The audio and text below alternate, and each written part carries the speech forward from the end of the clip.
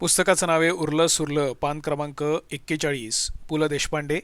समजा कोणी तुमच्या मुस्कटीत मारली तर घाबरू नका, हा मारा बुक्की. मी उगीच जरा टिचकी मारल्यासारखी बुक्की मारली. अहो घाबरता काय, हा हाणा जोरदार बुक्क्या. एका बुक्कीत आम्ही सुपारीची भुकटी पाडत होतो काय. वा वा. असं काहीसं माझं क्षीण हास्य गेलं. आता क्षणापूर्वीच तर हा मला म्हणाला होता की आपल्याला त्या सुपारीच्या खांडाचं सुद्धा व्यसन नाही, आणि आता सुपारीची भुकटी पाडित होता म्हणे. अहो हसण्यावारी नेण्याची गोष्ट नाही बंदो. येत्या नारळी पौर्णिमेला 75 पुरी होत आहेत. बघा बघा, दात बघा. आहा मजा ऐसा दैवहत प्रा आ आ आ आणि खचित जगती या दिसत नसे की को ओ ओ ओ ओणी. असं आपल्याला वाटत असतं, असा हा प्रसंग होता. एका लग्नाच्या मांडवात मी एका टणक म्हाताऱ्याच्या तावडीत सापडलेलो होतो. हल्ली सहसा मी लग्नाचे सगळे अंक पाहायला जात नाही, पान सुपारीच्या तेवढ्या अंकाला जातो, कारण दिवसभर मांडवात असंख्य अनोळखी लोकांच्यात वेळ काढायचं म्हणजे धर्मसंकट असतं. राशी भविष्यापासून संकर पिकापर्यंत कुठला विषय कोण मांडून बसेल हे काही सांगता येत नाही. त्यातून आपण वधूसारख्या नरम बाजूचे असलो तर मुकाट्यानं सारं काही ऐकून घ्यावं लागतं. मी मात्र पूर्वीपासून एकच धोरण सांभाळलं आहे. लग्नाच्या मांडवात आपल्याशी बोलायला येणारा प्रत्येक इसम हा वरपक्षातला गुप्तहेर असावा, अशा सावधगिरीनं मी बोलायला सुरुवात करतो. त्यामुळे एकाच मांडवात मी काँग्रेस, जनसंघ, द्रविड मुन्नेत्र कळघम या सगळ्या पक्षांना आळीपाळीनं पाठिंबा दिलेला आहे. द्रविड मुन्नेत्र नंतरच्या त्या शब्दाचा उच्चार जीभ टाळूला नेमक्या कुठल्या ठिकाणी लावून करायचा असतो हे शिक्षण मला एका गृहस्थानं त्या मांडवातच दिलं. हे गृहस्थ मद्रासला कुठेसे टायपिस्ट म्हणून 1-2 वर्ष नव्हे तर वाटतं 24 वर्ष सर्व्हिस करून परतलेले होते. बाकी पुण्यातल्या माणसानं मद्रासला टायपिस्टची नोकरी, तीही वाटतं 24 वर्ष करीत राहणं, ही घटना इतिहासातच नोंदवण्यासारखी आहे. अटकेवरी जेथील तुरंगी जलपिणे म्हणतात ते हेच हेच असो. असो, हे जरा विषयांतर झालं. खरं म्हणजे जाणून बुजून केलं, कारण मूळ विषय इतका कडू आहे की त्याकडे वळणं नको असं वाटायला लागतं. भर मांडवात एक 75 गाठू लागलेला म्हातारा पैरणीची उजवी अस्तनी वर करून दंडाच्या बेटकोळीवर दणकून बुक्की मारा असा आग्रह करून बसलेला होता. मी 1-2 बुक्क्या माझ्या ताकदीप्रमाणे मारल्या, पण त्याचं काही नेमकं समाधान होईना. अहो घाबरता काय, हाणा हाणा. तो कडाडला. ह्या तालीमबाज लोकांच्या आवाजात देखील एक प्रकारचा असा बसकट दणका असतो. त्यानं हाणा हे इतक्या जोरात म्हटलं की कसल्याशा विधीसाठी होमाच्या आसपास जमलेला सगळा घोळका तमाम दहीने निघा असा निघाल्यासारखा एकदम आमच्या दिशेला बघायला लागला. अय्या, या बाप्यांचे शक्तीचे प्रयोग सुरू झालेले दिसत आहेत, असा एक स्त्रीस्वर त्या घोळक्यातून उमटला, आणि घोळक्यानं पुन्हा एकदा होमामध्ये लक्ष घातलं. मी बाप्पांच्या बेटकुळीवर आणखी एक चापटी मारली. अहो चापटी काय मारताय, कुल्ल्यावर मारल्यासारखी. प्रस्तुत वाक्यातील 4थ्या क्रमांकाचा शब्द मी तर भर मांडवात उच्चारला नसता, पण बापा एकदम पुढे. पण बापा आता तो हाणाच्याच इतक्या मोठ्याने उच्चारला त्यांनी, म्हणजे घोळक्याला बाप्पांच्या तोंडच्या त्या आणि तत्सम शब्दांची सवय असावी, कारण घोळक्यावर त्याचा काहीही परिणाम नव्हता. त्यानंतर देखील बाप्पांच्या तोंडून जे काही बलसंवर्धन विषयक शब्द पडत होते ते ऐकल्यावर मला त्या होमामध्ये उडी मारावी असं वाटत होतं. बाप्पांनी माझी मूठ लचकेपर्यंत आपल्या दंडातल्या बेटकुळीवर बुक्क्या मारून घेतल्या. भर मांडवात अंगातली पैरण काढून पोटाला चिमटे काढायला लावले. बाप्पा हे काढा चिमटा म्हणून पोट असं काही टणक करीत की त्यांच्या त्या पोटाला चिमटा काढण्यापेक्षा गोदरेजच्या तिजोरीला चिमटा काढणं सोपं असावं असं मला वाटलं. तो कार्यक्रम संपल्यावर त्यांनी जमिनीवर घट्ट बसकण मारले आणि इथून मला धक्के देऊन इंचवर हलवून दाखवा म्हणून धक्के मारायला लावले. पुढल्या नारळी पौर्णिमेला 75वे सरून 76वे लागतंय. दात पा दात. बाप्पांनी माझ्यापुढे दात विचकले. मी बुक्की मारली आणि एक गर्जनात्मक किंकाळी मांडवाचं छत फोडून गेली. दात बुक्की मारण्याच्या हेतूनं दाखवण्यात आलेले नसावेत, आता मला काय ठाऊक, कारण आत्तापर्यंत बाप्पांचा जो जो अवयव माझ्यापुढे आला त्याला तो बुक्का मारा बुक्का, गुद्दा काढा चिमटा, धक्का मारा धक्का असा काहीतरीसा त्यांचा आवेश होता. मला वाटलं तोच कार्यक्रम आता चालू आहे. कुणाचेही दात घशात घालणं, कुणावर दात धरणं वगैरे दातांचे जे खाण्याखेरीज इतर काही उपाय आहेत ते करण्याकडे माझी अजिबात प्रवृत्ती नाही. बस कंडक्टरनं जगा नाही म्हटल्यावर खाली उतरणारे आम्ही केवळ गाफीलपणानं एका तालीमबाजाचा दात माझ्या हातून नेमका पडला. या शक्तीचे प्रयोगवाले त्यांनी मला प्राचीन काळापासून जरा पिडलेलंच आहे. माझं आरोग्य सांभाळून जगणाऱ्यांवर राग नाही.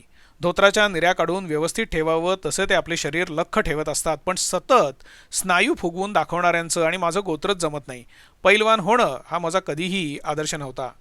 आपण खुल्या ढंगाची कुस्ती खेळतो आहोत, कुठल्या तरी भयाकारी पहिलवानाला लाथाबुक्क्या मारतो आहोत, तो आपली गर्दन मुरगाळतो आहे, मग आपण त्याच्या नाकाचा शेंडा चावतो, मग त्यानं आपल्या कांशिलात भडकावली आहे, मग आपण मुंडक्याच्या ढुशीनं त्याचं माकड हाड मोडलं आहे, तो कोसळतो, मग त्याचा मोडका हात उचलून दुसऱ्याच्या रेड्यासारखं म्हणजे रक्तबंबाळ होऊन आपण उभे, आणि मग लाखो लोक आपल्या ह्या कुणाची तरी हाडे मोडल्याच्या आणि लाथाबुक्क्यांचा खुराक खाल्ल्याच्या शतकृत्याबद्दल टाळ्या वाजवत आहेत.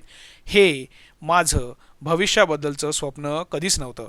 इंग्रज हा देश सोडून जाईल ही कल्पना नव्हती, त्यामुळे सर्वात मोठं स्वप्नचित्र पाहत असे ते एकच, आपल्या ड्राफ्टमध्ये यत्किंचितही खाडाखोड न करता तो ॲप्रूव्ह करून साहेबानं टायपिंगला पाठवला आहे. हे कधी कधी हसून स्वतःहून आमच्या नावाचा उच्चार करून आम्हाला गुड मॉर्निंग वगैरे केलेलं आहे हे दुसरं. ज्यांच्या डोळ्यांपुढे यापुरतं स्वतःच्या कर्तबगारीचं फार मोठं चित्र कधी उभं राहत नाही आणि कोकण लाईनीच्या बोटीची तिकीटं चटकन मिळाली आहेत, कुणालाही बोट अगर पडाव न लागता कुटुंब सही सलामत धक्क्यावर उतरलं आहे, याहून ज्याची सुखाची कल्पना फारशी पुढे जात नाही, मनात येईल तेव्हा मटार विकत घ्यायची ताकद हवी, हे ज्यांच्या श्रीमंतीचं कमाल मोजमाप आणि रिटायर होण्यापूर्वी सर्व मुली उजवल्या असून मुलं कुठे कुठे चिकटली आहेत, याहून अधिक सौख्यदायक अशी आयुष्याची अखेर ज्याच्या डोळ्यासमोर येत नाही, असल्या वंशात जन्मलेल्या आणि वाढलेल्या माणसाला स्वतःच्या दंडातल्या बेटकुळीशी जिथे कर्तव्य नसतं तिथे लोकांच्या नाही नाही त्यात असल्या फुगवलेल्या बेटकुळ्या बघा कशाला. पण एखाद्याचं बालपण सुखानं जाऊ द्यायचं नाही हा संकल्प काय केवळ शाळा मास्तरच सोडतात असं नव्हे. तमाम पोरांच्या दंडातल्या बेटकुळ्यांचं मोजमाप वाढवायचं घाऊक कंत्राट घेणारं कोणी ना कोणीतरी बजरंग बळी ते बालपण आखाड्यातल्या मातीत मिळवायला सज्ज असतात. माझ्या लहानपणी तर आमच्या गावात ब्रह्मचर्य हेच जीवन, त्यांची बोट येऊन फुटलेली होती. दंड, बैठका, दांडपट्टा, मल्लखांब असल्या सगळ्या गोष्टींची साथ आलेली होती. इंग्रज सरकारला असंख्य दंडात फुगलेल्या बेटकुळ्या उलथून टाकतील असा एक लोकप्रिय समज होता. पहाटे 4 वाजता साऱ्या गावाला जागवण्याची आपल्या एकट्यावर जिम्मेदारी आहे अशा भावनेने एक रामदासी बुवा समर्थांचे मनाचे श्लोक ओरडत आमच्या आळीतून हिंडत. तेवढ्यानं कदाचित आम्ही अंथरुणातून बाहेर निघणार नाही अशा समजुतीनं प्रत्येक श्लोकानंतर हातातली थाळी वाजवून दवंडीवाल्यासारखी उठा जागे वा अशा आरोळ्या वगैरे देत. सुरुवातीला लाजेकाजेस्तव 4 घरच्या बापांनी आपली कार्टी त्याच्या व्यायामशाळेमध्ये पिटाळली. पुढे त्याची आरोळी झाली की बाया फक्त दूधवाला यायची वेळ झाली म्हणून दुधाचं भांडं दारासमोर बाहेर आणून ठेवून परत इष्टथळी झोपायला जायच्या. हा रामदासी अनेक वर्ष मी फक्त ऐकला, पाहिला कधीच नाही. ह्या सगळ्या व्यायामवाल्यांचा आणि देशभक्त लोकांचा त्या लोकांच्या झोपण्यावर एवढा का डोळा? सगळ्यांचा नारा एकच, उठा जागे व्हा. आता वास्तविक पहाट हीच खरी झोपायची वेळ. राणूस हा रात्रभर झोपतो, पण पहाटे तो खरी झोप भोगत असतो. व्यायामवाल्यांना एक जात निद्रानाशाचा विकार असावा, त्यामुळे त्यांना लोकांचं निद्रासुख पाहावत नाही. ज्यांची पहाटेची स्वप्न त्यांनी कधीच पाहिली नाही त्यांनी काय पाहिलं? हे सगळं आखाड्यामध्ये घुमत असणार, यांना पहाटे स्वप्नच कसं पडणार? म्हणजे पहिलवानांना तर स्वप्न देखील कोणाला तरी 4 मुंड्या चित वगैरे केल्याचीच पडत असावीत, किंबहुना मुंडी हा अवयव मुरगाळणं किंवा चित करणं ह्याच हेतूनं उरलेल्या धडाला जोडलेला आहे अशीच त्यांची भावना असते. शिरापेक्षा यांची धडाशी जवळीक अधिक. दंडातल्या बेटकुळ्या तयार करणं, पटात जोर आणणं, छातीचे भाते भक्कम करणं वगैरे क्रियांवर माझी भक्ती कधीच जडली नाही, कारण ह्या साऱ्या उचापती पहाटे कराव्या लागतात. मधूनमधून पाहायला पहाट ही सुंदर गोष्ट आहे, किंबहुना सौंदर्य अधूनमधूनच पाहावं. त्यातून व्यायामवाल्यांचा सौंदर्याशी 36चा आकडा. हिंडा पोरींचे शेपटे बघत हिंडा असं म्हणून आमचे एक बलभीम गुरुजी आम्हाला हिंडवीत. त्यांच्या मते दंडातली बेटकुळी ही जगातली एकमेव सुंदर गोष्ट आहे. गुलाबाचा गौरव शेपट्याच्या उगमाशी होतो हे त्यांना मान्यच नसे. गुलखंद खा, कोठा कसा साफ राहतो बघा. वास्तविक त्या दिवशी लग्नाच्या मांडवात तशा 10-15 सुंदर वस्तू मांडवाच्या 4ही दिशांमधून चमकत होत्या. एखादी वस्तू कपाळावर आलेली बट मागे वगैरे ढकलल्याचा अभिनय करीत पुढे ओढत होती. एखादी न ढळलेला पदर कारण परतवे सावरीत होती. एखादी तू आधी ओळख दाखव मग मी दाखवीन वगैरेचा म्हणजे रमणी जनांना साधणारा भाव सावध पवित्रा ती घेत होती. तात्पर्य काय तर असंख्य लक्षवेधी सूचनांचं नर्तन चालू असताना हा बेटकुळीवाला बाप्या नाना ठिकाणी मला गुद्दे मारायला लावून माझ्या मनगटात लचका भरवीत होता. बाकी हेही एकेकाचं कर्म आहे. कधी नाही ते मी एका होनहार कलोपासक युवतीला नुसती जयजयवंती आणि देस वगैरे अंगाची जयजयवंती ह्यातला फरक गुणगुणून दाखवत होतो. तेवढ्यात क्रौंच वध करणाऱ्या निषादाच्या वंशजानं माझ्यावर झडप घातली. हाफीज सुटल्यावर जुन्या बाजारातून तबळकड्या गोळा करणं हा माझा जुना छंद आहे. संगीतातल्या अनेक घराण्यांचे शागिर्द असतात. मी उसके मालिक की आवाज घराण्याचा शागिर्द आहे. आमच्या रंगात वगैरे आलेल्या जयजयवंतीच्या त्या गुणगुणी त्या भेदून काय जोर बैठका किती हाणता रोज, हा सवाल त्यानं मला केला. आंतरराष्ट्रीय राजकीय परिसरात निरनिराळे देश जसे आपले हेर पेरतात तसे सुंदर मुलींचे बाप लग्नाच्या मांडवात असले 5-50 असूर सोडित असावेत. असल्या कामाला त्यांना हे व्यायामातले फुकटात मिळत असावेत. फार तर फार काही जिलब्यांचे 4 चवड जरा आधी कुठले जातील तेवढ्या मोबवल्यात हे गुरखे काही महाग नाहीत. बटणे न लावलेली, मुंडीछाट मलमली पैरण, मिनी धोतर, घोंगडी टोपी, टोपीखाली त्याच घोंगडीची जुन्या ढबू पैशासारखी कापून टाकवावी तशी शेंडी, भोवयांच्या मध्ये आणि कानांच्या पाळ्यांखाली किंवा नरड्याच्या दोन्ही बाजूला शेंदूर असल्या थाटामध्ये हे हिंडत असतात. आणि एखाद्याचे बालकवींचं आरोण आणि गडकऱ्यांचं आरोण ह्यात असलं गोजीरवाणं वाक्य तोडून काय मल्लखांब येतो की नाही असल्या वाक्यांचा धोंडा आणून आदळतात. क्षणापूर्वी नागपुडीशी सलगी करून शॅनल नंबर 5चा सुगंध गेलेला असतो. त्या जीवघेण्या सुगंधाची गुंगी ओसरण्याच्या आत कानी हे शब्द येतात. पहाटे उठून नाकातून लोटी भर पाणी प्या आणि मग सांगा कोठा कसा मजबूत राहतो ते. देवानं सोन्यासारखं तोंड दिलेलं असताना नागपुड्यातून पाणी ढोसावं असं पहिल्यांदा ज्या कोण्या महाभागाला वाटलं असेल त्याची धन्य होय. वास्तविक ज्या इस्मानं मला हा सल्ला दिला होता त्याच्याशी मी माझ्या कोठ्याविषयी तक्रारही केलेली नव्हती. एक वेळ मी माझ्या कोठ्याची तक्रार घेऊन पोलिसांमध्ये जाईन, पण या व्यायामवाल्यांकडे मेलो तरी उचला म्हणून सांगायला जाणार नाही, कारण त्यांच्या सगळ्या सल्ल्याची सुरुवात पहाटे उठून या अमंगल आचरणांनी होते. पहाटेची वेळ शांत असते हा एक सनातन गैरसमज आहे. पहाटे उठायला लागल्याबद्दल माणूस जितका अशांत असतो तितका रात्रभर जागावं लागलं तरी नसतो. पहाट पाहायचीच असेल तर रात्रभर जागून पाहावी. रात्री लवकर झोपून रेडीमेड पहाट पाहण्यात काहीच मजा नाही. रात्रभर गाण्याच्या बैठकीसाठी किंवा पत्त्यांसाठी जागून ज्यावेळी पहाट दिसते त्यावेळीच त्या पहाटेची चव कळते. उषक्काल हा रात्रीचा समय सरून येत असताना पहावा. वास्तविक गीतेनं सुद्धा रात्रभर जागून दिवसा झोपणाऱ्या महाभागांना मुनी असं म्हटलं आहे. यस्याम जागर्ती म्हणजे की जागृती काय जे असेल ते असेल हो. यस्याम जागर्ती भूतानी सा निशा पश्यतो मुनेहे. गीतेतला हा सगळ्यात सुंदर असा श्लोक आहे. पहाटे उठणाऱ्यांनाच खुद्द भगवंतांनी भूते म्हटलं आहे. असली ही भूतं नाही त्या ठिकाणी मानगुटीवर बसतात आणि मग आपल्या बळाचं प्रदर्शन मांडून बेटकुळ्या दाखव, दात दाखव, पाठीत धपके घाल, हात मुरगळ वगैरे असले चाळे करतात आणि कधीकधी करायला लावतात. व्यायाम करायला वगैरे माझा काही विरोध नाही. ज्याला ज्या खड्ड्यात जाऊन पडायचं असेल त्यांनी तिथे जाऊन खुशाल पडावं, मग तो रस्त्यातला असो नाही तर आखाड्यातला. पण दुसऱ्याला व्यायाम करायला सांगणाऱ्यांविषयी मला मनस्वी चीड आहे. उपदेशाची खोड तर या व्यायामवाल्या इतकीच दुसऱ्या कोणालाही नसते. माझ्या व्यक्तिमत्वात 141 असं काय आहे जाणे कुणास ठाऊक. गुळाच्या खड्ड्याला जसं अज्ञानातून डोंगळे येऊन वगैरे डसतात तसे हे बलभीम मला गाठतात. एक तर मी नुसताच फोफसा दिसत असेन किंवा भावी हिंद केसरीची बीजं माझ्या देहात सूक्ष्म रूपाने वावरताना त्यांना दिसत असतील. असल्या लोकांच्या कारवायांना मला फार बळी पडावं लागतं आहे. तालमीतला तो हौदा, मलखांब, ते डंबेल्स, गदा, लाठ्या, बोथाट्या, छात्या फुगवायच्या स्प्रिंगा असली अवजारं पाहूनच माझं आयुष्य बिघडतं. उगीच सुखाचा जीव धोक्यात घालून कुस्ती या नावाखाली देहाची आदळआपट कशासाठी करून घ्यायची.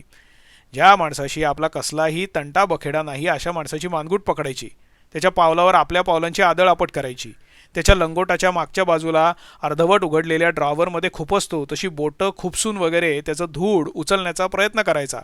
जमल्यास त्याच्या कानशिलात मारायची, त्यांनी मारलेल्या खायच्या, एकमेकांच्या अंगावर माती उधळायची. कशाला करायचे हे धंदे. आपल्याला बसल्यावर उठता आलं आणि उठल्यावर बसता आलं म्हणजे झालं. पण काही कारण नसताना उगीच 100 उठाबशा वगैरे कशाला काढायच्या. तेलानं सुळसुळीत झालेल्या त्या मल्लखांबावरून सरड्यासारखे उलटं येत नाक फोडून घ्यायचं ते कशाला. तर दंडात बेटकुळी येते आणि कोठा साफ राहतो यासाठी. कुठल्याही व्यायामशाळेत जाऊन पळायचा व्यायाम न करणारे ते शेकडो कारकून गाडी फलाटाला लागताना दिसली की ताशी 60 मैल वेगाने पळत असतात. कसल्याही शारीरिक क्रियेला प्रयोजन हवं. या पहाटे उठून पळायच्या व्यायामाचा तर मी इतका धसका घेतला आहे. म्हणजे एकेकाळी एका व्यायामवाल्या गुरुजींनी मला 2-4 आठवडे झपाटलं होतं. पहाटे 4 वाजता उठून पळायचा व्यायाम करायला सांगितलं. मी ती अर्धी चड्डी आणि फाटका बनियन अशा थाटात अनवाणीच त्या भयाण अंधारात बाहेर पडलो. गुरुजी, बुटाच्या विरुद्ध, तळव्याला माती ही लागलीच पाहिजे. पळायला सुरुवात करून मी गल्लीचं पहिलं वळण ओलांडलं नसेल असेल, कुठून तरी बॅटरीच्या प्रकाशाचे झोत माझ्या डोळ्यांवर पडले. पुढला कथाभाग सांगण्यात हशील नाही. माझ्यात आणि घरफोडी करणाऱ्या कुठल्याशा कुप्रसिद्ध चोरात विलक्षण साम्य असल्याचं त्या दिवशी मला त्या चौकीवर समजलं. माझं गजराचं घड्याळ 4 ऐवजी 2लाच वाजलेलं होतं आणि मी पहाटे 2:30 वाजता रनिंगची प्रॅक्टिस करायला निघालो होतो. ह्या माझ्या खुलाशावर इंग्रज सरकारचं पोलीस खातं विश्वास ठेवायला अजिबात राजी नव्हतं. पोलिसांच्या हातावर काही ठेव म्हटलं तर गळ्यातल्या जानव्याखेरीज अंगावरून काढून देण्यासारखंही काहीही नव्हतं. दुर्दैवानी त्यावेळी गांधींची कुठलीही चळवळही नव्हती, नाहीतर भारत माता की जय वगैरे म्हणून आरोग्य साधनेवर देशभक्तीची टोपी चढवली असती. स्वातंत्र्य सैनिक होण्याचा एकमेव माझा नेमका चान्स गेला तो इथे. सकाळी 10च्या सुमाराला सुटका झाली. खरं संकट तर त्यानंतर होतं. चौकीवरून घरापर्यंत अर्धी चड्डी आणि फाटका बनियन घालून भर स्टेशन रोड न परतताना मी कासावीस झालो होतो. कधी 2 वर करून सुद्धा न पाहणारी माणसं, काय हे काय आज, असं काहीसं माझ्याकडे बघून म्हणत होती. ज्यांच्यासाठी 3-3 लोकल गाड्या सोडल्या तरी संकटीच्या चंद्रासारख्या दर्शन न देणाऱ्या कॉलेजातल्या 6 अध्यायिनी जथ्या जथ्यानं सामोऱ्या येत होत्या आणि जे दिसल्यावर सोंग याखेरीज अन्य कुठल्याही शब्दातून त्या दृश्याचं वर्णन होत नाही, ते पाहिल्यावर जो भाव तरुणींच्या चेहऱ्यावर उमटतो तोच त्या कार्टेंच्या चेहऱ्यावर मला दिसत होता. त्या दिवशी आमच्या कॉलेजच्या लेडीज रूममध्ये कॉलेजमध्ये येताना घडलेलं माझं ते हृदयंगम दर्शन हाच विषय असला पाहिजे. त्या दिवशी मी कॉलेजला मात्र गेलो नाही. त्यानंतरही मी दिसलो की आमच्या मोहल्ल्यातल्या कार्ट्या खिचकन हसायच्या. वास्तविक पहिल्या दिवशी मी जर सरकारी रोषाला बळी पडलो नसतो तर न जाणे एखाद दिवशी कॉलेजचा पलायनवीर चषक मिळवून गेलो असतो. मग मात्र ह्याच पोरींनी टाळ्या वाजवून आणि चिमुकले हात रुमाल वगैरे उडवून माझं अभिनंदन केलं असतं. निळ्या ब्लेझरच्या कोटावर पांढरी पोलो शर्टची कॉलर टाकून मी केसांची झुलपं वगैरे मागे सारीत सारीत पुन्हा आपल्या जागेवर गेलो असतो. आमच्या काळातले सगळे कादंबरीकार आपल्या नायकांना हेच कपडे शिवून देत आणि खेळातले चषक आणि अभ्यासात फर्स्ट क्लास वगैरे मिळवून देत. हल्लीच्या कादंबरीकारांमध्ये तशी धमक नाही राहिली. असो, आम्ही आयुष्याच्या कुठल्याच रेसमध्ये न उतरलेली ती घोडी, नाही त्या नादाला लागलो आणि रनिंग रेसचा चॅम्पियन व्हायला जाऊन प्रत्यक्षात हवालदाराच्या तावडीत सापडलो. साला मध्यरात्रीच्या रनिंगची प्रॅक्टिस करतो काय?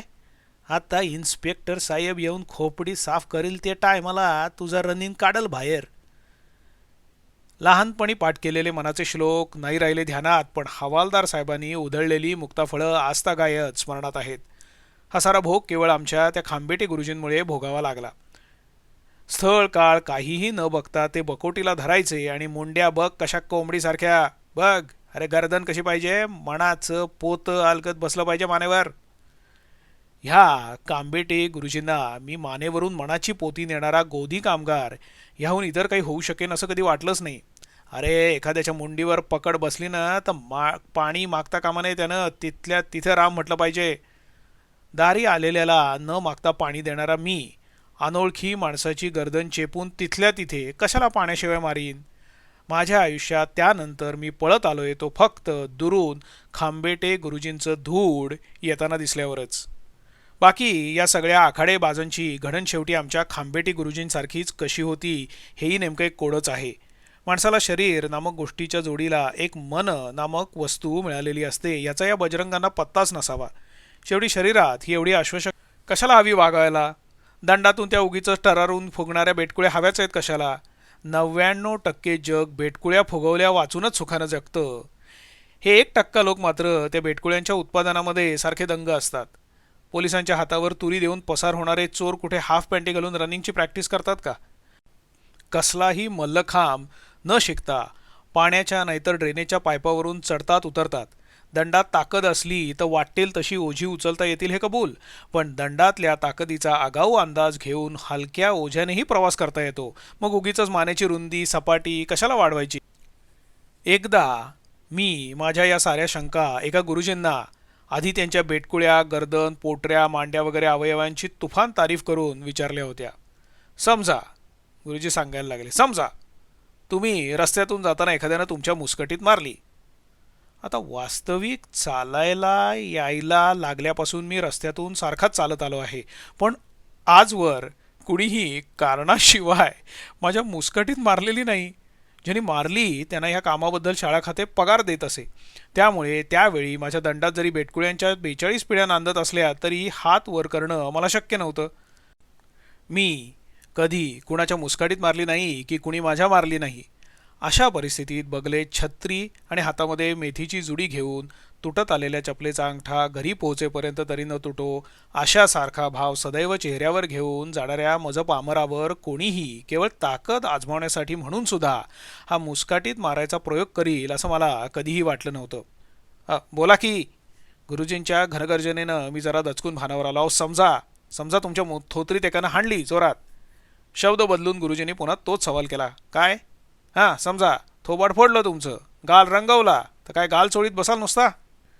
आपण रस्त्यातून चालताना केव्हा तरी कोणीतरी माझ्या मुस्कटीत शोकाखातर म्हणून एक हाणून जाईल या भीतीनं त्या दिवसावर नजर ठेवून चालू आयुष्य पहाटे उठून तालमीत जाऊन रा रिम रुम रेम करण्यामध्ये घालवावं हा सिद्धांत माझ्या मनाला तरी काही पटेना. पुन्हा गर्जना आली गुरुजींची.